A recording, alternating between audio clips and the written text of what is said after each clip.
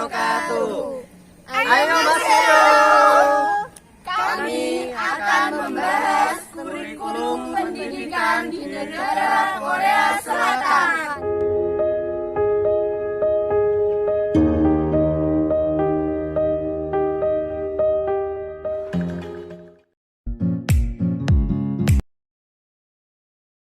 Sejarah kurikulum pendidikan di Korea Selatan sudah mengalami revisi sebanyak 5 kali sampai versi ke-6, mulai dari kurikulum tradisional Confucianism tahun 1910, sampai tahun 1990 hingga 2000-an, student-centered ipteks berkesiapan keahlian dunia kerja. Tujuan dari kurikulum versi ke-6 ini adalah untuk menghasilkan output manusia yang bermoral, sehat, independen, dan kreatif, dengan prinsip sentralisasi pengambilan keputusan tentang kurikulum, keberagaman struktur kurikulum, kecakupan isi kurikulum, efisiensi dalam pengelolaan kurikulum. Reformasi kurikulum pendidikan di Korea Selatan dilaksanakan sejak tahun 1970-an dengan mengkoordinasikan pembelajaran teknik dalam kelas dan pemanfaatan teknologi. Dewan Pendidikan Republik Korea Selatan bertanggung jawab mengembangkan operasional pendidikan, kewenangan mengatur perencanaan dan kebijakan pendidikan yang luas untuk menjabarkan berbagai macam kebijakan sesuai panduan yang telah dikeluarkan oleh Kementerian Pendidikan. Keputusan Dewan Nasional tentang tujuan pendidikan adalah menyusun undang-undang untuk menanamkan pada setiap orang rasa identitas nasional dan penghargaan terhadap kedaulatan nasional, yakni menyempurnakan kepribadian setiap warga negara, mengemban cita-cita persaudaraan yang universal, mengembangkan kemampuan untuk hidup mandiri dan berbuat untuk negara yang demokratis dan kemakmuran seluruh umat manusia, dan menanamkan sifat patriotisme. Kini Korea Selatan mengimplementasikan kurikulum pendidikan dengan menekankan pada pemberian bekal kompetensi untuk dunia kerja dan mempersiapkan pengetahuan dan keterampilan untuk melanjutkan ke jenjang berikutnya. Baik sekolah negeri dan swasta memiliki kurikulum yang relatif sama, yaitu lebih banyak mengajarkan kemandirian, kreatif, dan bersosialisasi dengan lingkungan, mengajarkan tentang kehidupan sehari-hari dan perkembangan ipteks. Tingkat satuan pendidikan yang terdiri dari sekolah, guru, dan komite sekolah diberikan kewenangan oleh pemerintah untuk mengembangkan kurikulum sesuai dengan potensi yang diinginkannya. Kurikulum ini disebut KTSP. Kurikulum di Korea Selatan tidak menentukan sisi keyakinan atau keagamaan. Pendidikan di Korea Selatan dilaksanakan dalam beberapa jenjang, yaitu yang pertama adalah jenjang pendidikan primer, yaitu primary education, yang kedua yaitu pendidikan sekunder, secondary education, dan pendidikan tinggi higher education. Nah, untuk pendidikan primer di Korea Selatan diwajibkan untuk anak-anak berusia 6-12 tahun. Prosesnya ini dilaksanakan di taman kanak-kanak dan sekolah dasar. Untuk pendidikan sekunder, untuk usia 12-18 tahun. Nah, di Korea Selatan idealnya itu dilaksanakan selama 6 tahun, yaitu 3 tahun di sekolah menengah pertama, 3 tahun di sekolah menengah atas atau sekolah-sekolah kejuruan. Untuk sistem pendidikan dasar di sekolah di Korea Selatan adalah 9 tahun. Terdiri dari 6 tahun SD, 3 tahun SMP, 3 tahun pendidikan menengah SMU, dan yang terakhir adalah 4 tahun di universitas. Untuk sistem pendidikan dari prasekolah sampai perguruan tinggi itu terbagi dalam 2 semester per tahunnya. Selain itu, untuk usia-usia sekolah menengah dan sekolah tinggi ini, anak-anak di Korea Selatan juga melakukan beberapa pendidikan tambahan, yaitu melalui kegiatan kursus-kursus tertentu. Pendidikan tinggi di Korea Selatan dilaksanakan melalui kegiatan-kegiatan perkuliahan di beberapa perguruan tinggi, baik perguruan tinggi negeri maupun swasta yang jumlahnya sekitar 330 perguruan tinggi. Dari pendidikan sekolah dasar ke sekolah menengah, itu tidak diadakan saringan masuk. Hal ini dikarenakan adanya kebijakan equal accessibility wali kota atau gubernur di daerahnya. Dalam tahun terakhir, nilai ujian sekolah menengah menjadi sangat penting bagi siswa untuk masuk ke sekolah menengah atas. Bagi yang nilainya mencukupi, mereka dapat masuk SMA. Sedangkan yang nilainya kurang, mereka masuk ke dalam SMK. Siswa yang melanjutkan ke SMA pada grade 10 sampai 11 dan 12 dengan dua pilihan, yaitu umum dan sekolah kejuruan. Selain itu ada sekolah komprehensif yang merupakan gabungan antara sekolah umum dan sekolah kejuruan yang merupakan bekal untuk melanjutkan ke universitas. Sekolah diberi keleluasan untuk menambah kurikulum lokal sehingga minat siswa dalam kondisi wilayah masing-masing dengan pilihan kurikulum lokal yang diarahkan kepada masalah pertanian, perikanan, dan teknologi yang mampu membawa siswa itu untuk memiliki kreativitas terutama untuk kehidupannya. Untuk kasus kurikulum mutual lokal, implementasinya sangat berbeda dengan Indonesia yang rata-rata memasukkan kurikulum lokal yang tidak langsung berhubungan dengan pemenuhan harkat hidup siswa. Seperti kurikulum lokal hanya terbatas pada bahasa daerah atau bahasa asing, seni dan lain-lain yang tidak atas dasar keinginan siswa dan kondisi daerah setempat. Sejak tahun 1970-an, Korea Selatan telah memberlakukan kebijakan pemerataan yang bertujuan untuk mengurangi persaingan untuk masuk ke sekolah menengah bergengsi. Siswa di zona pemerataan diterima di sekolah melalui undian. Zona ini mencakup semua sekolah menengah pertama dan sekitar 60% sekolah menengah atas. Di wilayah ini tidak ada ujian masuk untuk sekolah menengah pertama, dan ujian masuk sekolah menengah atas adalah ujian kompetensi minimum daripada ujian kompetitif berbasis sekolah.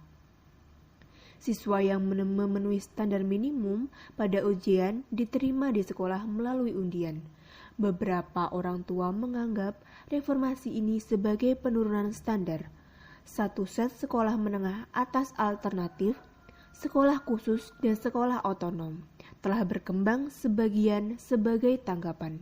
Sekolah khusus fokus pada bidang tertentu seperti bahasa asing, sains, atau seni, dan sekolah otonom mengikuti kurikulum nasional tetapi memiliki fleksibilitas untuk merancang program pengajaran mereka. Kedua jenis sekolah tersebut menetapkan kriteria masuknya sendiri dan umumnya lebih kompetitif dibandingkan sekolah menengah atas lainnya.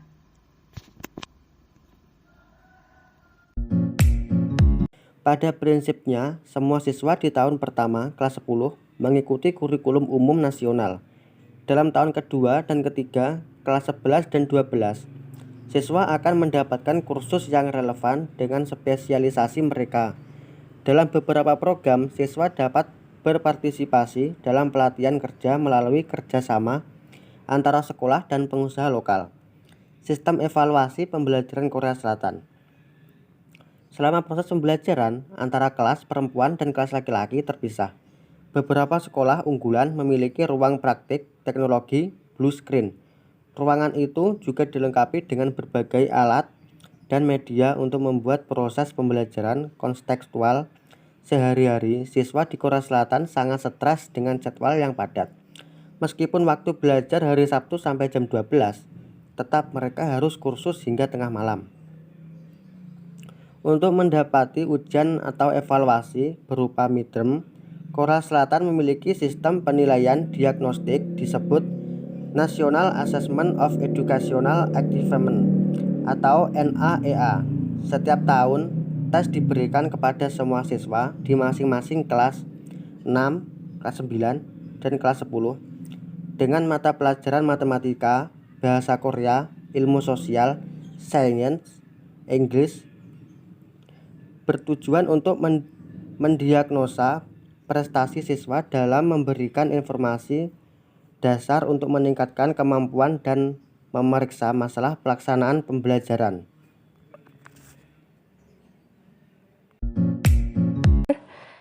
Pendidikan dasar di Korea Selatan untuk siswa kelas 1 dan 2 mempelajari bahasa Korea, matematika 4 jam pelajaran dalam seminggu, sains, ilmu sosial, seni, dan bahasa Inggris. Sedangkan kelas 3 hingga 6 ditambah pendidikan moral, seni praktis, dan musik.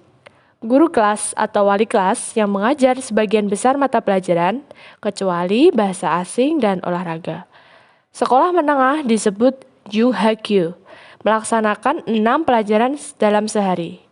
Kurikulum sekolah menengah tidak berbeda jauh dari sekolah dasar, yaitu matematika, bahasa Inggris, bahasa Korea, studi sosial, dan ilmu pengetahuan membentuk mata pelajaran inti. Dengan siswa juga menerima instruksi dalam musik, seni, PE, sejarah, etika, ekonomi, rumah, teknologi, dan hanja. Pada dasarnya, untuk kelas 1 hingga kelas 5 di Korea Selatan tidak diberikan sistem tes ujian. Tes evaluasi mulai akan diberikan kepada siswa yang telah memasuki kelas 6. Yang pertama yaitu waktu belajar hingga 16 jam sehari di sekolah. Siswa di Korea Selatan harus belajar selama 16 jam. Hal itu disebabkan mereka diwajibkan membaca dan belajar selama di sekolah. Yang kedua yaitu ada 5 mata pelajaran utama di Korea Selatan. Sama halnya dengan di Indonesia, di Korea Selatan juga memiliki beberapa mata pelajaran utama. Mata pelajaran itu ialah matematika, sains, bahasa Korea, studi sosial, dan bahasa Inggris. Kelima mata pelajaran itu kiranya berhubungan dengan pengetahuan yang kerap digunakan dalam ranah akademisi di dunia. Jadi, jangan heran kalau siswa-siswa di Korea Selatan itu pintar-pintar di ranah pengetahuan alam dan sosial. Yang ketiga yaitu memiliki akses internet yang lancar jaya. Korea Selatan termasuk salah satu negara dengan akses internet yang sangat cepat. Kecepatan internet di Korea Selatan itu hingga 10 Gbps. Artinya untuk membuka sebuah laman daring yang banyak fitur di Korea hanya butuh hitungan kurang dari 5 detik. Dengan kecepatan itu, kamu bisa menggunakan internet untuk berbagai keperluan, mulai dari belajar, bermain permainan daring, hingga mengunduh berbagai file-file besar secara cepat. Yang keempat yaitu guru dijunjung tinggi di Korea Selatan. Kalau kamu sering baca berita di Indonesia, banyak guru yang kurang dihormati dan dihargai. Namun, kalau kamu di Korea Selatan, kamu akan mendapati hal yang berbeda. Guru sangat dijunjung tinggi dan dihormati. Saking dihormatinya, guru dianggap ada di posisi tertinggi selayaknya orang suci. Tak hanya itu, guru-guru di Korea Selatan juga sangat tegas dan keras dalam mendidik siswa-siswanya. Bahkan masih banyak guru yang memberikan hukuman fisik kepada siswanya agar mereka dapat memahami pelajaran yang diajarkan dalam kelas. Yang kelima yaitu sekolah full sampai hari Sabtu. Sistem pendidikan di Korea Selatan mewajibkan siswa untuk belajar di sekolah hingga hari Sabtu. Bahkan di hari Sabtu itu mereka belajar full dari pagi hingga sore. Yang keenam yaitu siswa wajib mengikuti bimbingan belajar.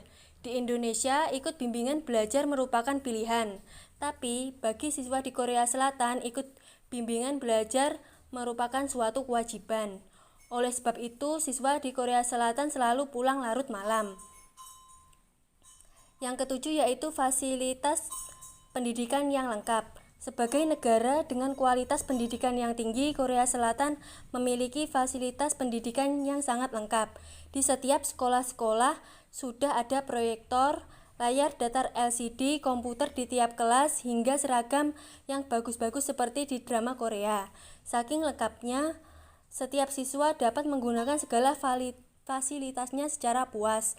Namun, kelengkapan fasilitas pendidikan itu membuat biaya pendidikan menjadi mahal.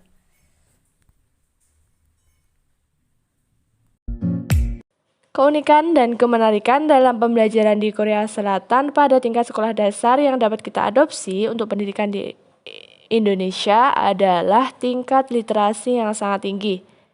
Dalam pendidikan di Korea Selatan, menekankan kegiatan literasi dalam bentuk konsep pengetahuan yang dimiliki oleh siswa. Menurut pendidikan di negara ini beranggapan bahwa pendidikan yang berkualitas bertumpu pada 4 pilar, yakni 1. Menempatkan pendidikan sebagai pusat dari strategi pembangunan jangka panjang.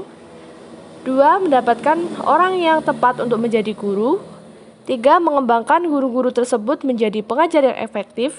Dan yang terakhir, nomor 4, mengutamakan teknologi informasi dan komunikasi dalam pendidikan. Dalam hal ini, Korea Selatan juga mengimplementasikan kurikulum pendidikan melalui pemberian bekal kompetensi untuk dunia kerja dan mempersiapkan pengetahuan dan keterampilan guna melanjutkan ke jenjang berikutnya.